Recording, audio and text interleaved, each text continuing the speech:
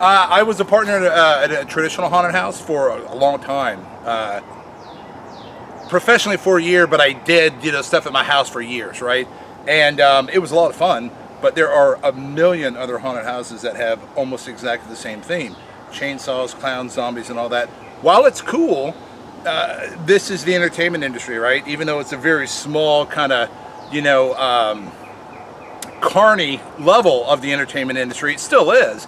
And my wife's Japanese. I lived in Japan for 6 years. I speak Japanese. Some of the scariest stories I've ever heard in my entire life came from mythology in Japan, and nobody had ever even touched that. There's an encyclopedia of Japanese characters that I have, and it's thick. So you could literally do every single haunted attraction in the entire country could right now switch to a Japanese theme.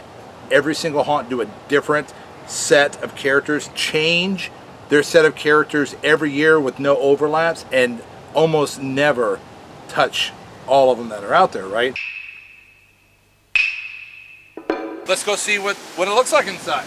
So far, so good. Lots of good mosquitoes. Yeah, so a lot of these are wrapped up so that they don't get ripped during windstorms and whatnot. But my wife's Japanese, and she wrote a bunch of Buddhist kanji prayers on this fabric here. It absolutely gives an insanely creepy feel whenever it's totally pitch black out here and we have lights that are pointed in certain directions so that it really illuminates those sections. It's killer cool.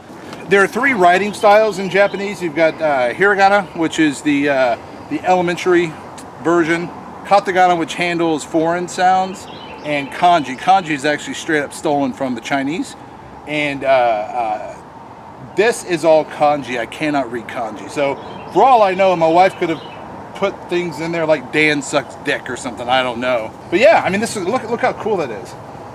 It took her hours and hours and hours to do that. So this section's kind of the temple area. Because we are an outdoor attraction, there are challenges, right, with leaving a lot of expensive stuff out. So we bring that out closer to the season. But again, at night, I can't stress to you enough, with characters in place, this area will absolutely, totally blow your mind. This place is creepy. Over here, this part is still in construction. We have one of our characters is the Tengu. Tengu takes on a lot of different forms, I guess. But one of them is a bird, and we have this amazing mask and the character that plays in here in the Tengu area, he's just absolutely fantastic. We spent 3 weeks cutting down all the bamboo that we have stacked up here. Now it's come loose, from the storms and whatnot. But what we do is, all of this is pallets, right? It's all built out of pallets. We lash it all together so at night when the lights hit it, you can't see the pallets. It just looks like you're walking through a bamboo forest. If somebody ever calls you up and they say, hey, I've got a bunch of bamboo I want you to cut down, tell them to go to hell. Cutting down bamboo sucks ass. So here's an interesting area of the haunt. Not just Japanese, but in a lot of Asian, not just horror movies or whatnot, but just in the scary genre itself. A lot of that in Asia has to do with being in the bathroom because you're very vulnerable, right? You have your pants down, around your ankles, and a lot of ghosts live in Japanese bathrooms. A lot of horrible things happen to people there. So we've got these toilets here. We've got a really awesome character. She's amazing. Last year she was Little Yuki, and she does a freaking fantastic job with scaring the total shit out of people in this area. Welcome to Creep Shack. Uncle Creep lived in this shack for the last 2 shows. Now the Creep Shack is going to take on a different look this year. Last 2 seasons, Uncle Creep, who's an integral character, or was an integral character, he's dead now, in the haunt, lived here. He was a backwoods hillbilly with some kind of strange voodoo magic, right? We're going to turn this entire section into a Japanese slaughterfest sushi bar. It's going to be bananas. I consider myself incredibly lucky to have an amazing crew. We've got a lot of fantastic people. We've got Bryant, we've got Rob, we had just added Mike Edwards, who's a well-known haunt guy, right? Doug Hoover. I mean, the list goes on and on. Everybody does an amazing job, to bring this show to life. Creep, for example. Creep owned this motherfucker. He owned it. When you walked past Creep Shack, he was in your ass. He was all up in that butt, right? Ah, Jesus! But then we have supporting actors, where you've got the main character who does an amazing job at misdirection, and then you have somebody pop out right at the last minute, and it makes you lose your shit. You know, then you have folks that take tickets, that sell tickets. You've got people that design the website, logos. I mean, everything really comes into play. And I've been lucky and blessed to be surrounded by awesome people. You know, and one thing that's 100% true is that this is, even though it's called Dan's Haunted House and I am Dan, it's our haunted house. It's not my haunted house. And that's what I love about it, is when everybody comes out here and when we're working together, we're all doing it for the same reason. So. There was a period of time where there was a specific day I'll never forget, where I had two firsts in my life.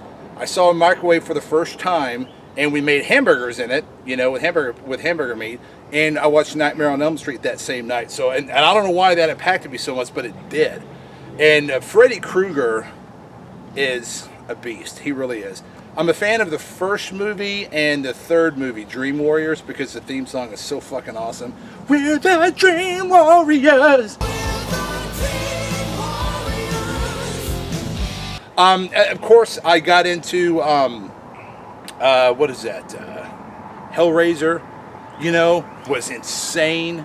The movie that really got me the most, though, and I think the one that I like above and beyond all of the other ones, would be Pumpkinhead. Pumpkinhead. Because that fucking witch, you done did bad, Aunt Holly. Now you gotta pay the price. He's gotta run his course. Just the whole movie, every shot, every conversation, everything was perfect, right? I like everything. When they started readapting Japanese movies to the States, like The Ring is really called Ju-on, right?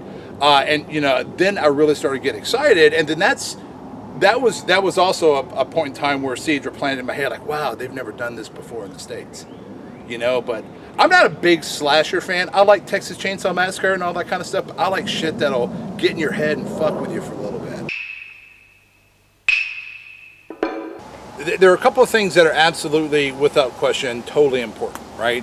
Once an actor gets into character, it's important that they stay in character, because the objective for us, when people come through, we want to transition them into another world, right? They're either going to get scared, or they're going to find it funny, or they're going to think it sucks, right? If they think it sucks, but we've done our job, well, then that's on them, right? If they think it's funny or they get really scared, then it's a bonus. We want to entertain folks. We're in the entertainment industry, right?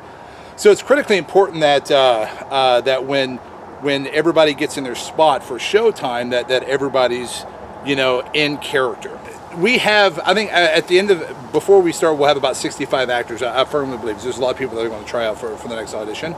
But one of the biggest challenges, especially with technology today, everybody's got their cell phone, or cigarettes, or an e-cigarette, or whatever. So that's kind of a tough thing to do when somebody's walking through and they go from one scene and they get scared and they go to another scene. If they see somebody on their cell phone, they're immediately taken out at the moment, right? And then it's really hard to build them back up. We want to hit them good really first, get them in the moment. We want to lull them down a little bit, then pop them back up, then lull them back a little bit, then pop them back up again. And you know, it can be a challenge, but we've got a lot of great people, you know, that work with us here, as you know. So we're able to do it. When I started this Japanese haunted attraction, especially with the name Dan's Haunted House, you know, it was a drunk decision to call it that, but it is what it is. I wanted to make sure that we had good characters, right? Because if initially when we started, a lot of people thought we would have, you know, 50 chicks out here in long black wigs with their white face painted white in white robes, like the Ring Girl, right? And they were shocked when the costuming that we had blew them away. We literally have the best costuming out of every single haunt in the entire country. I'll take 5 of our characters and line them up with every other haunt and cosplay actor in the entire country. Will blow them away. The pictures that you've seen of our Oni going out to Frightmare and all these different places. That entire setup is over $5,000 per character, right? The armor, the masks are made by a company called Immortal Mask out of LA. They actually do stuff for movies and shit like that. Their masks are anywhere from $550 to $1,000. And I think I've got, what, 20 of them, right? So I spent a lot of cash on masks and costumes. All of our costuming, all of the kimono and all that stuff, and it's from Japan. You know, I mean, so we put a lot of attention to their costumes. I was a partner in another haunted house, and before the season ended, I registered the domain, and I started looking for masks because I was like, how in the hell am I going to do a Japanese haunted house? That's what I want to do, but how the hell am I going to do it, right? Bryant and Rob were with me on this. I said, guys, look, I'm done, you know, but I want to start my own haunt, you know, a Japanese themed haunt. They're like, fuck yes. So I spent, you know, about $5,000 on one set of armor and then this mask, right? And the armor came in, the mask came in. It was during the summer. My wife and kids normally go back to Japan every summer, and I invited Bryant over. Said, hey, it came in. He came over, and I was nervous. And I'd been drinking. So he put the mask on, then he puts the armor on, and I started to cry.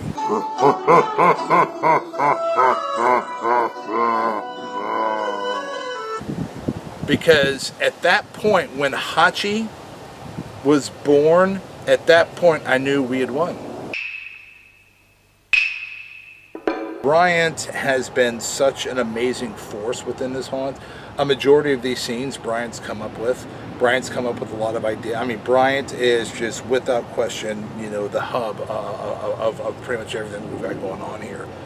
When he put Hachi on, he said, I know exactly what to do. Hachi is the god of thunder and war. No, archery and war. No matter how long we go for, whether this is our last year or we're here for 100 years, Hachi will forever be the main. I mean, Hachi is the god of archery and war, you know, and what we're doing here, everything falls behind Hachi, and Bryant brings Hachi to life. There's a lot of the pretty much every mask that we have been interchanged, you know, between people. Like, one person can't make it, whatever, but Hachi has only, I put Hachi on one time, but Bryant is the only guy that's ever worn Hachi, and that'll be the way it is forever.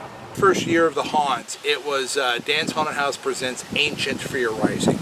We had Uncle Creep, right, who was a twisted backwoods bayou, you know, kind of a voodoo magician, kind of a twisted guy. And then we had Hachi and his band of Oni and all the other demons that come with him, right? Because we didn't want to start immediately into a Japanese theme, we wanted to kind of warm people up. The very first year, and even into the second year, we had Scarecrow and Pumpkin characters, right? Uncle Creep had this army of Scarecrow and Pumpkins that did battle against Hachi and his demon army of Oni and whatnot. Now, the first year in Ancient Fear Rising, Hachi and his army wins. There were battle scenes and everything. He wins. Uncle Creep didn't die. Most of his crew did, but he didn't die. The next year, it was called Dan's Haunted House Presents Little Yuki's Nightmare, right? Well, Uncle Creep was so twisted and upset that he didn't win that he actually developed a psychosis. He developed a split personality, that of a Japanese schoolgirl named Yuki, and his anger and his angst was so formidable that he actually brought, you know, a Japanese demon out that personified his level of just, you know, anger. So Uncle Creep was dressed up like a little girl, but his anger was personified in this little Yuki character. Her name was Elizabeth. She played Yuki, but then we had two other Yuki characters as well. So it was very Yuki heavy last year. I want people to be able to see something they've never seen before. That's it. Okay. I want it to be as creepy as possible, but I want them to, as soon as they leave the show, I want them to go, wow, I've never seen that before. That was either fucking awesome, or wow, that was retarded, but I've never seen anything like that before. Can I put one thing in that's really important? This kind of goes back to the question you asked before. what really makes our show are you guys, the actors, everybody here. It's so my responsibility, right, is not to count the money at the end of the night. My responsibility is to make sure that everybody's having the absolute best time they've ever possibly wanted to have ever. That's what keeps me up at night is never, is it going to rain? You know, are there going to be 1,000 people that come out this show? Is everybody having a good time? Do they really feel like it's worth it? You know, I hope they don't feel like they're wasting, you know, their day. So that's what really keeps me up at night. So that's from the heart. So just so you know.